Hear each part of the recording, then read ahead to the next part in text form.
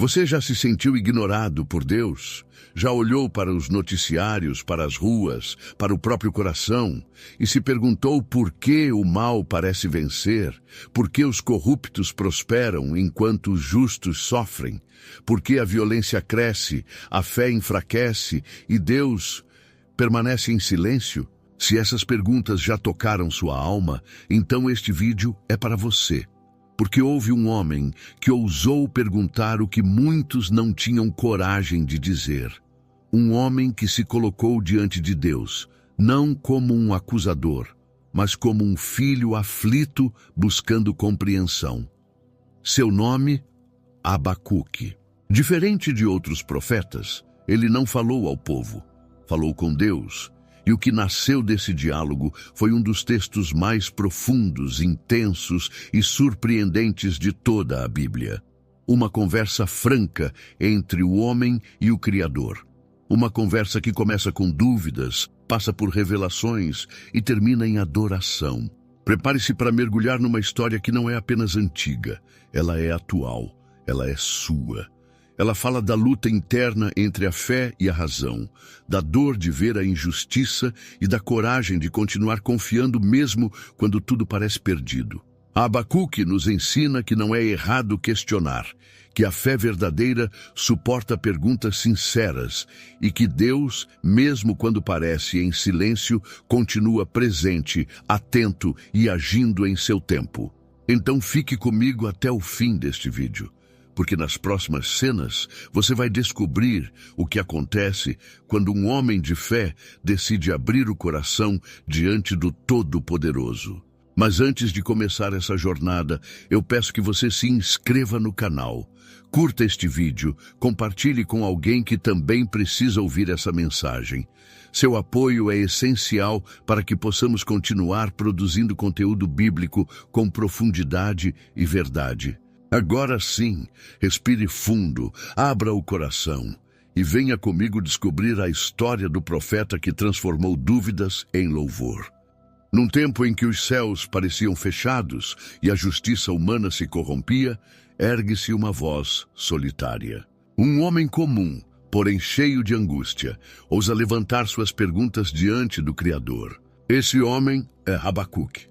E ao contrário de outros profetas, ele não começa seu livro com uma mensagem para o povo, mas com um grito do coração. Um grito direcionado diretamente a Deus. Abacuque vive em Judá, provavelmente por volta do final do século VII a.C., em um período sombrio da história do povo de Deus. A nação, outrora guiada por princípios da lei divina, havia mergulhado em decadência moral, idolatria e injustiça. Após o reinado piedoso do rei Josias, o país afundou num abismo de corrupção e violência. O povo estava dividido, os líderes eram injustos e os pobres sofriam às margens de uma sociedade indiferente. Diferente de profetas como Isaías ou Jeremias, que transmitiam mensagens de Deus ao povo, Abacuque toma um caminho inverso. Ele leva ao Senhor as inquietações do povo. Ele olha ao redor e não entende como Deus, sendo justo, permite tanta maldade sem intervir. Sua alma está perturbada, sua fé abalada, sua mente repleta de perguntas, e mesmo assim ele não se cala. A primeira cena do livro é marcada por uma pergunta pungente. Até quando, Senhor, clamarei eu, e tu não me escutarás? Abacuque 1:2. Essa pergunta ecoa no coração de muitos até hoje. Quem nunca se sentiu ignorado por Deus em momentos de dor? Quem nunca orou com fervor e mesmo assim encontrou silêncio como resposta? Abacuque verbaliza o que muitos não têm coragem de dizer. A dúvida que se instala quando o mal parece triunfar. Mas não se trata de um questionamento rebelde. Abacuque não está desprezando a fé, mas tentando salvá-la. Seu clamor é o desabafo de quem acredita, mas não compreende. Ele não desiste de Deus, mas insiste em encontrá-lo no meio do caos. E é essa coragem de falar com franqueza que torna sua história tão poderosa. Neste primeiro momento do livro, vemos um profeta que não tem medo de confrontar suas próprias dúvidas. Ele está cansado de ver a violência triunfar, de testemunhar a justiça ser deturpada, de contemplar a iniquidade prosperar. Ele suplica por uma intervenção divina, não por vaidade, mas por um senso profundo de justiça e zelo pelo nome de Deus. Abacuque representa todos nós quando nos sentimos impotentes diante das injustiças do mundo. Ele é a voz daqueles que oram e esperam. É a expressão sincera de uma fé que não teme a verdade, mesmo quando ela parece dolorosa. E é justamente nessa honestidade que começa sua jornada de transformação. A beleza do texto está na autenticidade do profeta. Abacuque não disfarça sua dor com palavras religiosas. Ele derrama sua alma diante do Senhor como quem se rasga por dentro. E o mais impressionante é que Deus não o repreende por isso. Ao contrário, ele responde. E é a partir desse ponto que a narrativa começa a mudar. O clamor de Abacuque abre caminho para um diálogo com o Altíssimo.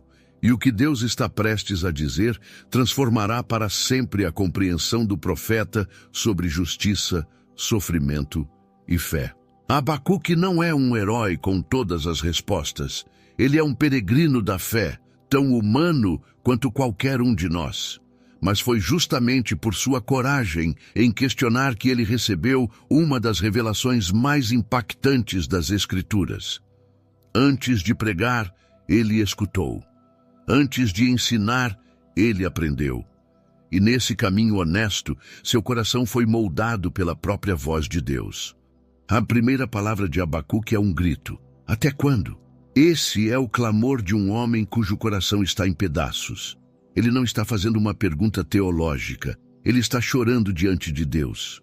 Não é uma dúvida fria, é uma dor quente.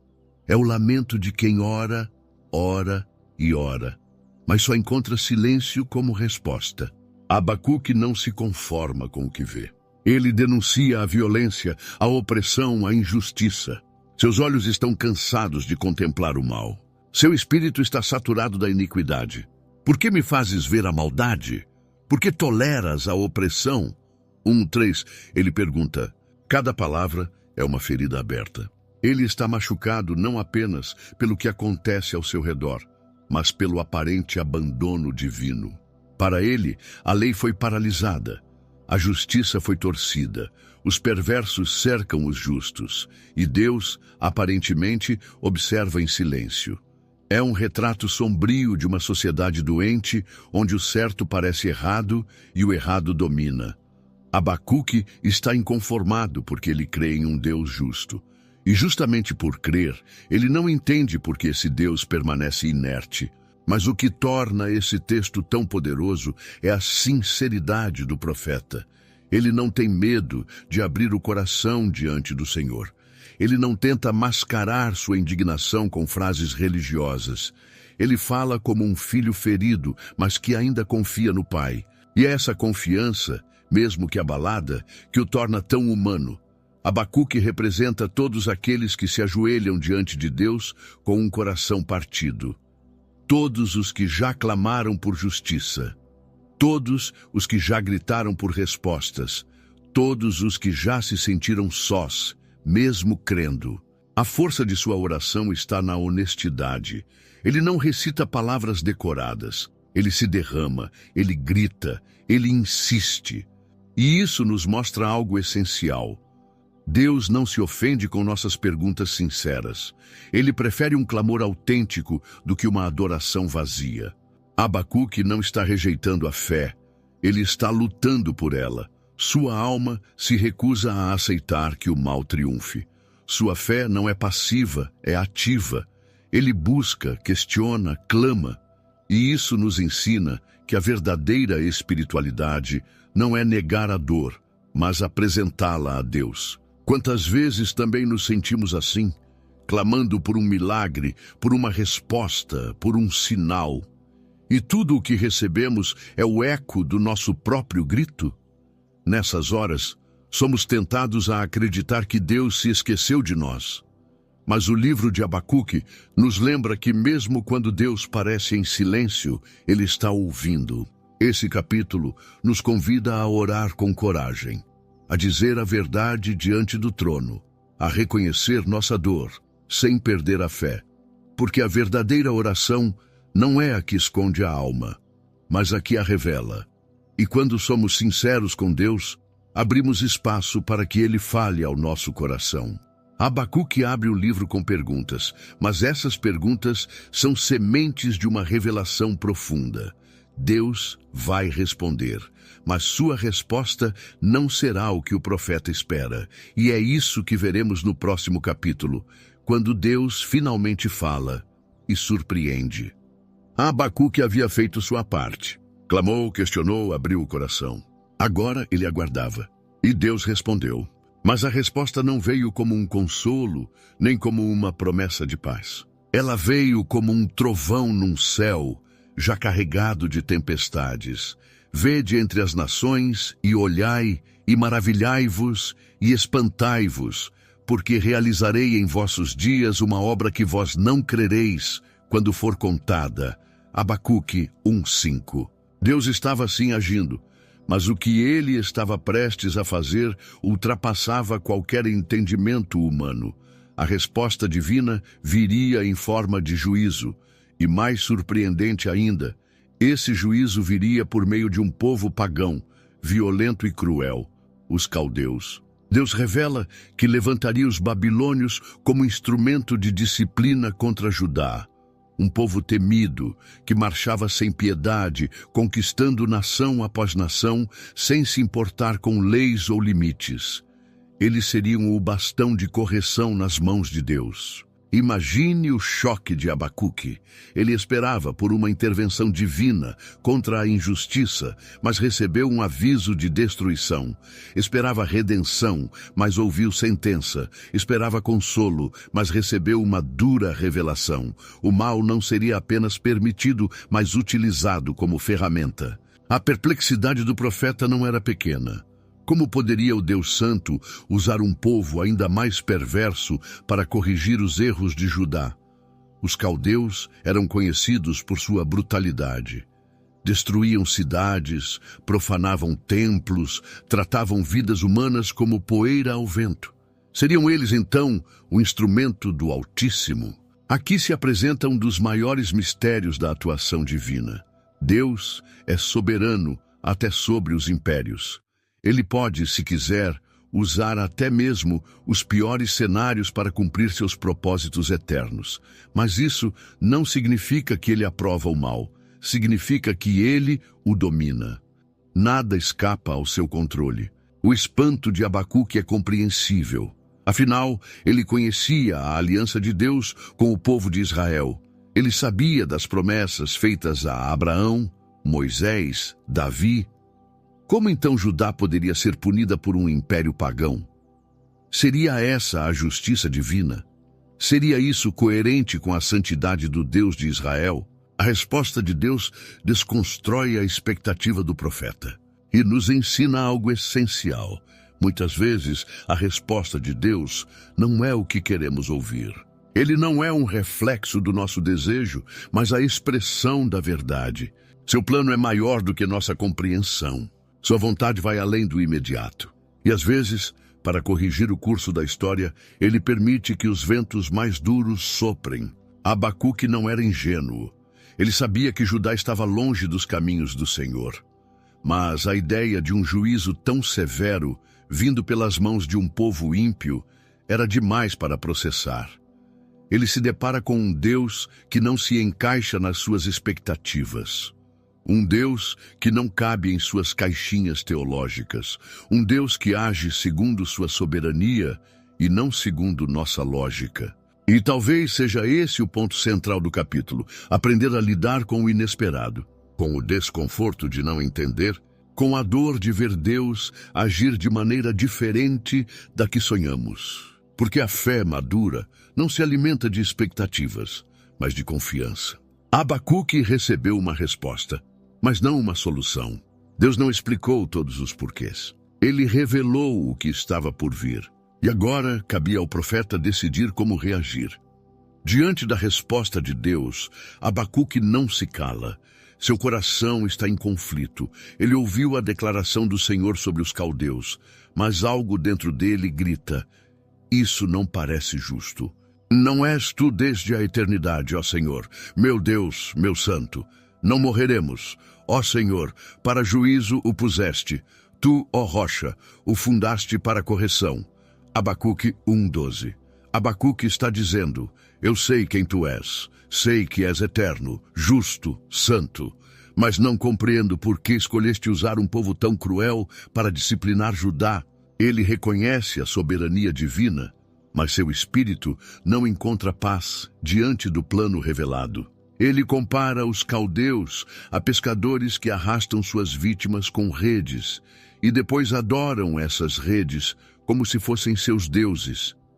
É um povo que trata as pessoas como presas, não tem compaixão. Sua força é a sua própria lei. Como o Deus Santo pode tolerar tamanha arrogância? Abacuque não acusa, mas questiona. Seu espanto é sincero, seu respeito por Deus é intacto, mas ele deseja entender. É a luta entre a fé e a lógica, entre a esperança e o medo, entre o que sabe sobre Deus e o que vê diante dos olhos. O que torna essa passagem poderosa é que Deus permite essa confrontação. Ele não exige uma fé cega, mas uma fé honesta. Abacuque não quer dominar a vontade divina, mas deseja compreendê-la. E é isso que diferencia a dúvida da rebelião. Abacuque encerra sua queixa com uma decisão notável. Ele vai esperar pela resposta. Ele sobe a torre de vigia como um sentinela, atento ao que Deus dirá. Ele sabe que o Senhor não se cala para sempre, e mesmo sem entender, ele permanece. Essa imagem é marcante. Um homem sozinho na torre, vigiando os céus, esperando pela palavra de Deus. Ele não fugiu, não desistiu. Ele ficou. E essa permanência é um ato de fé. Todos passamos por momentos em que a ação de Deus nos parece incompreensível. Quando o justo sofre e o ímpio prospera.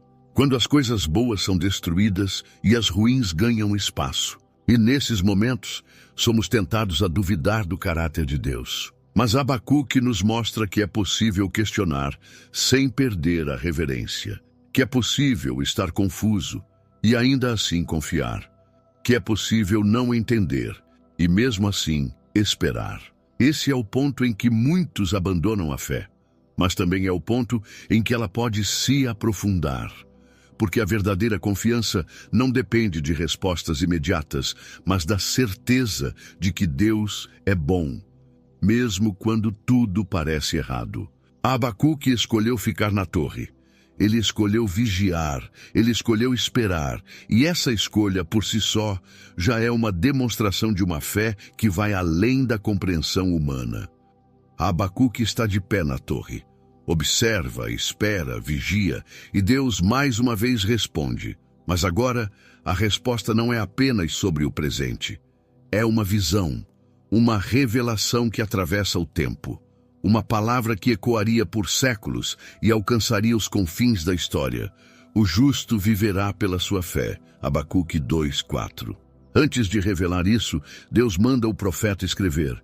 Escreve a visão e torna-a bem legível sobre tábuas, para que a possa ler quem passa correndo. 2:2. A mensagem não era apenas para Abacuque. Era para todos, para aqueles que viriam depois. Para os que também enfrentariam dias escuros e precisariam de uma luz. Deus não recua em sua intenção de julgar, mas ele também não deixa de afirmar que o mal será punido. A arrogância dos caldeus será sua queda. O justo não viverá pelo poder, pela força, pela espada. Ele viverá pela fé. Essa é a chave de toda a visão. É nesse ponto que o livro de Abacuque ultrapassa as fronteiras de seu tempo. A frase que Deus entrega ao profeta se tornaria a base da teologia paulina, inspiraria Martinho Lutero na Reforma Protestante e guiaria incontáveis cristãos através dos séculos. O justo viverá pela fé não é apenas um lema, é uma maneira de viver. No meio da opressão, quando o mal parece invencível, Deus não manda lutar com as mesmas armas do mundo. Ele não convida o justo a reagir com violência, mas a permanecer em fé. A resistência é espiritual. A sobrevivência é pela confiança. Em seguida, Deus revela 5 declarações de juízo contra os caldeus. 5 ais, 2, 6, 20, que expõem a corrupção, a ganância, a crueldade, a injustiça, a idolatria. Cada um deles é como uma martelada na arrogância babilônica. Deus vê tudo e não deixará impune. O primeiro ai é contra os que acumulam bens à custa da miséria alheia. O segundo, contra os que constroem cidades com sangue. O terceiro, contra os que embriagam os outros para os expor. O quarto, contra os idólatras. O quinto, contra a soberba humana. Deus mostra que a aparente impunidade do mal é apenas temporária. Ele dará a última palavra, e ela será de justiça. O mundo pode parecer fora de controle, mas a soberania divina permanece intacta. No centro dessa revelação está o contraste entre 2 tipos de pessoas, o soberbo e o justo. O primeiro é inflado pelo orgulho, confia em si mesmo. O segundo se esvazia diante de Deus e confia. E essa confiança não é passividade, é resistência, é perseverança, é a força que sustenta em tempos de colapso. Abacuque recebe uma visão que ultrapassa a crise de seu tempo. Deus não apenas responde suas perguntas, mas o eleva a uma compreensão mais profunda. A justiça de Deus não é imediata, mas é certa. O juízo pode demorar, mas virá. E enquanto isso, cabe ao justo viver pela fé. Essa mensagem nos alcança com a mesma força hoje. Em tempos de incerteza, quando as estruturas racham, quando o caos bate à porta, quando o mundo enlouquece, a resposta de Deus ainda é a mesma: viva pela fé. Abacuque aprendeu que a justiça não se revela apenas na queda dos impérios, mas na permanência do justo. Que a verdadeira vitória é manter-se de pé quando tudo ao redor desaba. Que a verdadeira coragem é continuar crendo. O justo viverá pela fé. Essa é a resposta de Deus. Uma resposta que atravessa os séculos e continua sustentando os que esperam nele. O livro de Abacuque, até aqui, é marcado por perguntas, respostas e revelações. Mas ao final do capítulo 2, Deus não apenas responde, ele se impõe em majestade. Depois dos 5 ais contra os caldeus, uma frase encerra a visão com um peso celestial. O Senhor, porém, está no seu santo templo, cale-se diante dele toda a terra. Abacuque 2:20.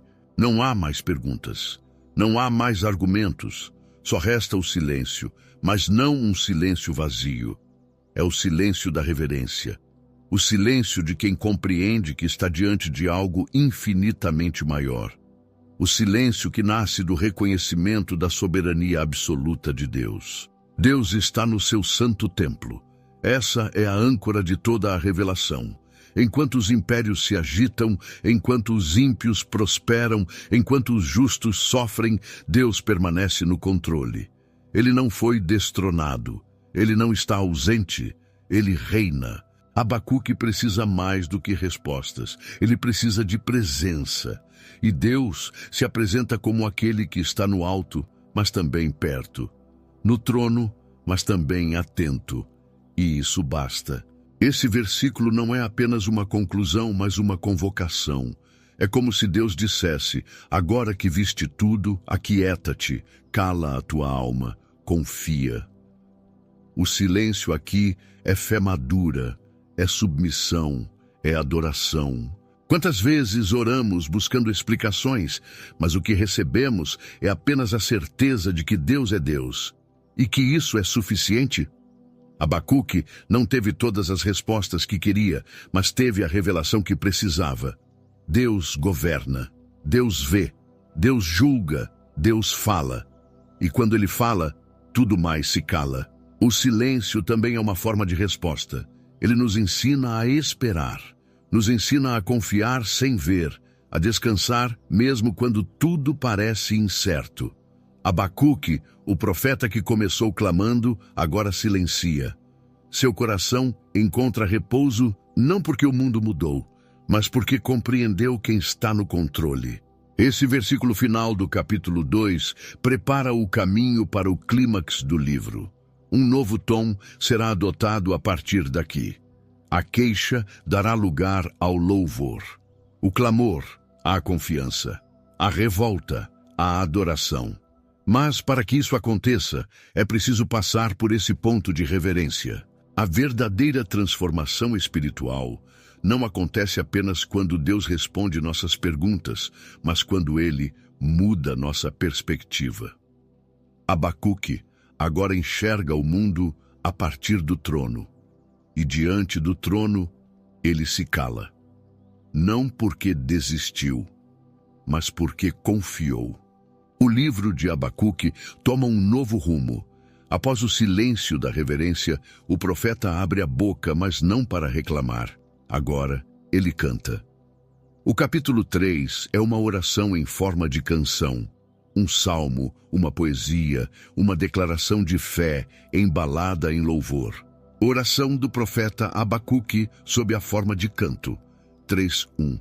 Abacuque não apenas ora, ele compõe. O profeta que começou em agonia termina em adoração. Mas não é uma adoração ingênua, é consciente, é profunda, é amadurecida pela dor e pela revelação. Ele começa com um pedido. Aviva, ó Senhor, a tua obra no meio dos anos. 3:2. Ele reconhece os feitos de Deus no passado e suplica para que esses feitos se repitam. Mas pede que, mesmo em meio à ira, Deus se lembre da misericórdia. A partir disso, ele descreve uma teofania, uma manifestação poderosa de Deus. Ele fala de Deus vindo de Temá e Parã, lugares ligados à revelação divina no deserto. É uma visão grandiosa, repleta de imagens fortes. Brilho como a luz do sol, raios saindo de suas mãos, a terra estremecendo, as nações se contorcendo. Abacuque não canta sobre um Deus doméstico, pequeno ou previsível. Ele canta sobre um Deus majestoso, temível, soberano. Um Deus que pisa a terra com os pés de trovão e faz tremer as estruturas do mundo. Cada verso revela o poder divino atuando na história. Deus que abre o mar, que abala montes, que salva seu povo.